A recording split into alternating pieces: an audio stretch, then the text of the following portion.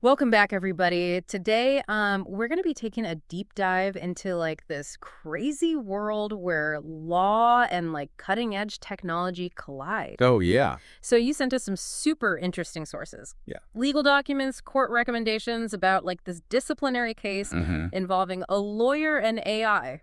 Wow. Get this, the lawyer used AI to make legal citations and things went a little bit off the rails. Oh, no. So are we at a point where we can trust AI in law? What happens when AI messes up, especially in a field with such high stakes? Yeah, you're definitely right to bring up those high stakes because, the accuracy of legal info is super crucial, and this case really puts a spotlight on that. For sure. And even if you aren't a legal expert, this case has some implications for anybody who uses technology. I mean, who hasn't blindly trusted their GPS only to end up totally lost. Right. This is like that, but with way worse potential consequences. Yeah, it's a really good comparison. The case is about Mid-Central Operating Engineers, Health and Welfare Fund v. Hoosiervac LLC in the United States District Court, Southern District of Indiana Terre Haute Division.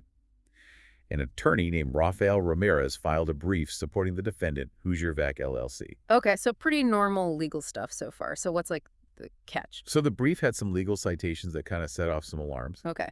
The court couldn't find these cases anywhere. Huh. It turns out Mr. Ramirez admitted that he had been using AI for legal work, and the AI had, generated these fake citations. Hold on, the AI just made up cases. I'm not a lawyer, but that seems like a huge no-no. Yeah, it's definitely a big deal. And Yeah. get this, Mr. Ramirez claims that he didn't even know that the AI could do this. He called the made-up citations hallucinations. Hallucinations. But, think about it. Lawyers have been checking citations forever, Yeah. using tools like Westlaw and Lexis. These systems have things like KeyCite and shepardization, specifically for making sure citations are accurate. It's basically like a fact checker for law cases. So it's not like he couldn't double-check what the AI was saying. Exactly. That's why the court was so shocked by what he was saying. So what happened next? Did Mr. Ramirez try to explain himself? Oh, yeah, he did. Yeah. On January 3, 2025, Mr. Ramirez showed up in court. Okay. He's, again, that he'd been using AI for all kinds of things, from writing agreements to doing legal research, and insisted that he had no clue that the AI could just make up cases. Uh-huh. But the court did some digging and found two other briefs Mr. Ramirez had filed that had citations they couldn't find. Yikes. That's not a good look. Nope, not at all. This made the court seriously question if Mr. Ramirez had actually been thorough in his research, which is a super important part of a lawyer's job. They even mentioned Federal Rule of Civil Procedure 11. It's a rule that basically says lawyers can't just throw random arguments into a legal brief. They have to do their homework. And I guess just trusting AI without checking its work doesn't count as homework? You got it. And to make things worse, the court brought up past cases where lawyers were punished for using fake or unchecked sources, like citing a law that's outdated or a case that's been overturned. They were making it super clear that Mr. Ramirez's actions had serious consequences. So how about are we talking like a slap on the wrist or something way worse? Oh, it was serious.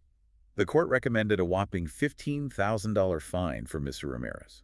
Wow. And that's not all. They also reported his actions to the chief judge for possible disciplinary action, which could be anything from a warning to losing his license to practice law. Whoa, $15,000 and maybe being disbarred? That's a huge price to pay for trusting an AI. It sounds like the court was trying to send a message. Definitely. They were saying that AI can be useful in law, but it's got to be used carefully and ethically. So it's not like AI is banned from the legal profession. It's more about using it responsibly and knowing its limits. Right. And that brings up a really important point. Mr. Ramirez not knowing what the AI could do seems like a big missed opportunity for professional development. Did he get enough training on how to use AI in law? Are lawyers getting the help they need to handle these new technologies? Those are some seriously good questions. This case shows there could be a gap in knowledge which could lead to some major problems. Yeah. We're talking about people's lives and their livelihoods here. Exactly. And this isn't just a problem for lawyers. Think about doctors using AI for diagnoses or financial advisors using it for investments. Even teachers using it to personalize learning.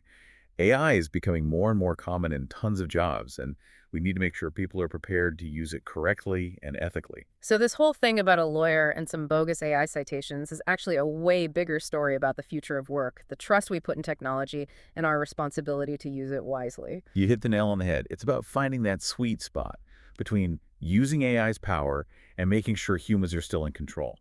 We need to see the good things AI can do, but also be real about the risks. Well said.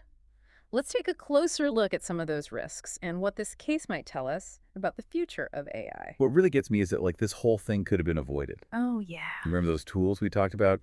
Westlaw's Keysight and Lexis's Shepardization? Hmm. These things have been around forever. Yeah. It makes it super easy to check if a legal citation is legit. Right. It's like the court was saying, hey, the technology to prevent this already exists. Why didn't he use it? Yeah, that's a really good point. It's like Yeah, even with all this fancy AI stuff, we can't forget about the tools and like the best practices we already have. It seems like the court's kind of pushing for people to focus on using AI responsibly with what we already got instead of thinking it's like a magic fix-it-all. totally. This case really shows how important it is for lawyers to keep up with legal tech and research methods. Even if you're using AI, you can't just blindly trust what it spits out. You still got to do your due diligence. It makes you wonder what kind of training lawyers are getting on using AI the right way and ethically. Is the legal world even keeping up with all this new tech? That's the big question. This case might be a wake-up call for law schools and those continuing education programs. They need to make sure lawyers know how to use AI responsibly and understand what it can't do. This whole situation also brings up some interesting questions about the future of legal research. Like, Hmm. could we see more AI detection tools popping up? Things designed to spot those fake cases.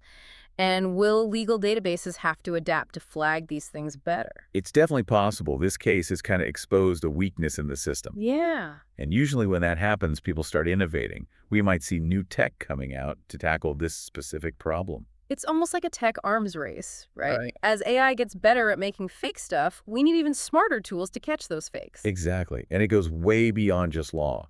We're seeing AI-generated content everywhere these days, from news articles and social media posts to marketing stuff and even creative writing. Knowing the difference between what's real and what's AI made is becoming a big deal for everyone, not just lawyers. It's like we need a new kind of digital literacy, something that teaches us how to really think about information in this AI world. For sure. Building up those critical thinking skills, that healthy skepticism, is going to be super important for navigating this crazy new world of information. We got to ask ourselves, where'd this info come from? What biases might be in it? Does it match up with other stuff I know is true? So this case, even though it's about law, it has some pretty big implications for everybody, right? Mhm. It's a reminder that AI is getting more and more ingrained in our lives, our jobs, and our institutions. You nailed it. Now let's zoom out a little and look at the bigger picture. Yeah. What does this case tell us about the overall challenges and opportunities of AI in different fields? It seems like the court was careful to say that AI can be a good tool in law, and probably in other areas too. They weren't saying AI is bad. You're right. They pointed out the good things AI can do, like it can automate tasks, analyze tons of data, and even find insights that humans might miss.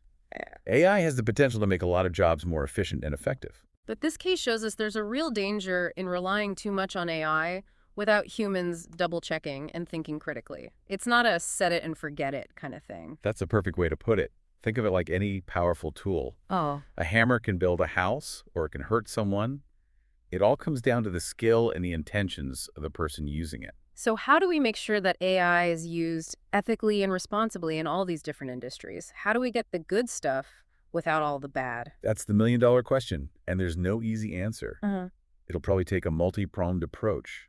Things like education regulations, industry standards, and an open conversation about the ethical side of AI. It also seems like encouraging a culture of critical thinking and healthy skepticism is key, not just in law, but everywhere. We can't just believe everything we see, especially when AI is involved. Totally. We got to have that trust but verify mindset when we see AI-generated stuff. Ask questions. Think about possible biases. Look for other evidence that backs it up. It feels like we're all in this huge experiment with AI, figuring it out as we go, and the stakes are super high. That's a great way to think about it. This case is a big reminder that we're still just starting to understand how to use AI in our lives and jobs the right way and ethically. Speaking of ethics, let's go back to something the court brought up. Remember, they didn't just fine Mr. Ramirez. They also reported him to the chief judge for possible disciplinary action. Yeah, that's an important detail. Yeah. It's just that the court thought his actions were more than just a mistake. Right.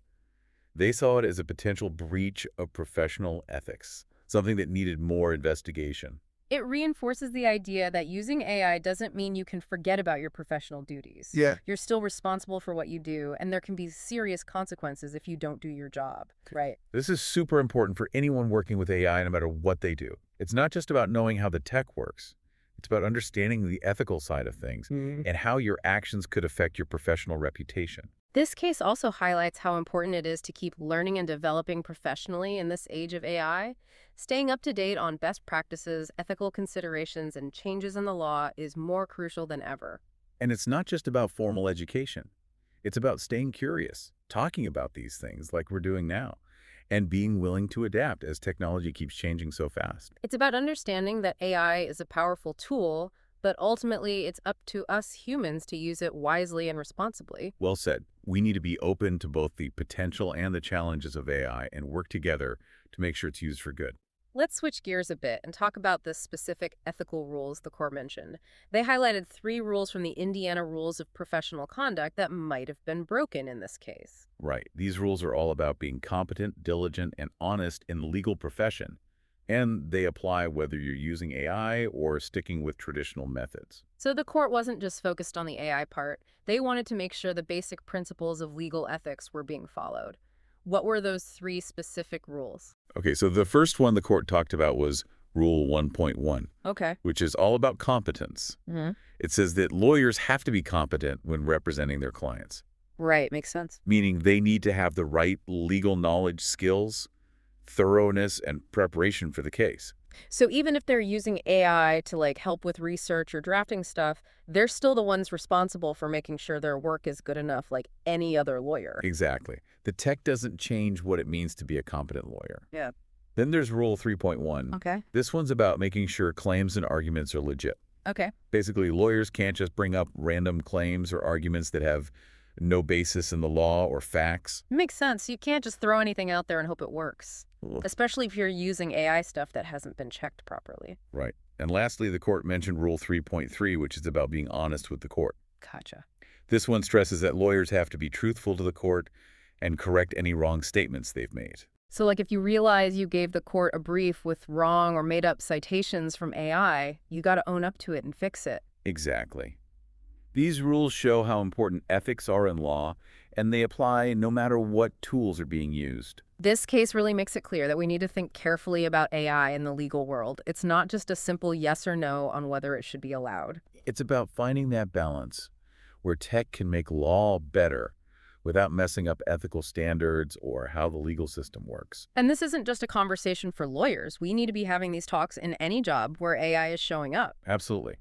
We need to tackle the ethical stuff head on and have clear rules for using AI responsibly in all sorts of industries. Because one thing's for sure, AI isn't going away. Yeah. It's only going to get more and more a part of our lives, our work, and everything. This case kind of gives us a peek into the future, a future where AI is going to be a big deal. The question is, will we be ready for it? That's the question I want to leave you with today. How do you think we should regulate AI in jobs like law? What do you think about those AI detection tools? We want to know what you think. And always remember, knowledge is power. The more we understand about AI, the good and the bad, the better we'll be at handling this whole new world. Thanks for joining us for this deep dive into law, tech, and ethics. Until next time, keep exploring, keep asking questions, and keep learning.